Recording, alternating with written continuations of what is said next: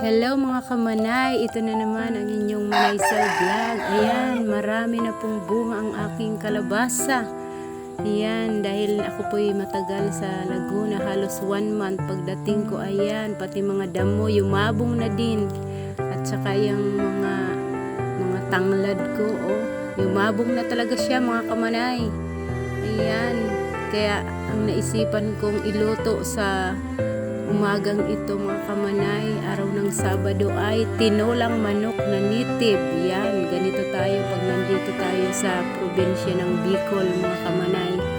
Talagang ini-enjoy ko yung pagkain ng mga sariwa. Kasi pag nasa Manila, mabili man natin sariwa, pero fake na sariwa.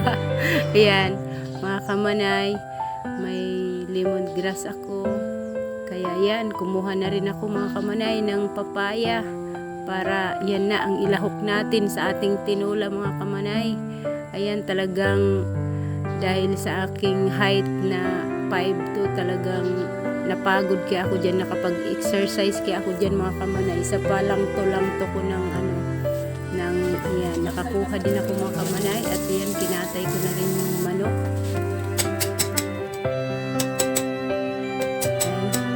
Yan na, kailangan pag probinsyana ka talaga marunong kang magkatay ng manok. Yan, kasi pag hindi ka marunong magkatay, kahit dumami yung manok mo, ala, sayang lang din. Hindi ka, pagtakot ka magkatay, yan, hindi ka makakatikim ng manok na alaga mo. Minsan nakakaawa man silang katayin mga kamanay, pero kailangan natin silang kainin kasi yun ang disenyo nila, kainin talaga sila. Ayan mga kamanay, talagang nandun. Yan na mga kamanay ko. Talagang kailangan marunong kanya.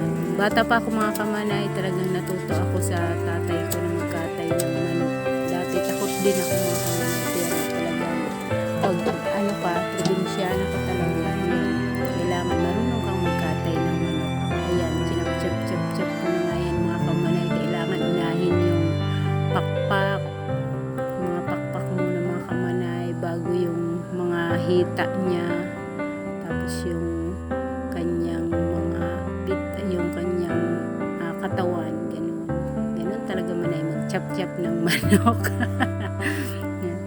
Minsan wag mo na lang isipin na nakakaawa yung manok, kasi talagang part yan ng manok na kainin sila.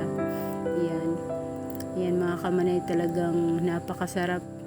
Manamis-namis ang sabaw dahil sariwa yung gulay, sariwa lahat, walang mga fertilizer. Yan, kaya yan ang nagugustuhan ko mga kamanay dito sa probinsya ng Bicol pag umuwi ako, kasi sariwang hangin, sariwang gulay, sariwang mga pagkain. Yan, imbes tinapay, ang tinapay ko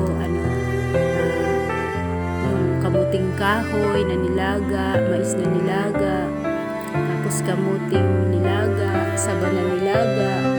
Kaya yung mga apo ko mga kamanay, makita nyo, talagang nandun, enjoy sila sa pagkain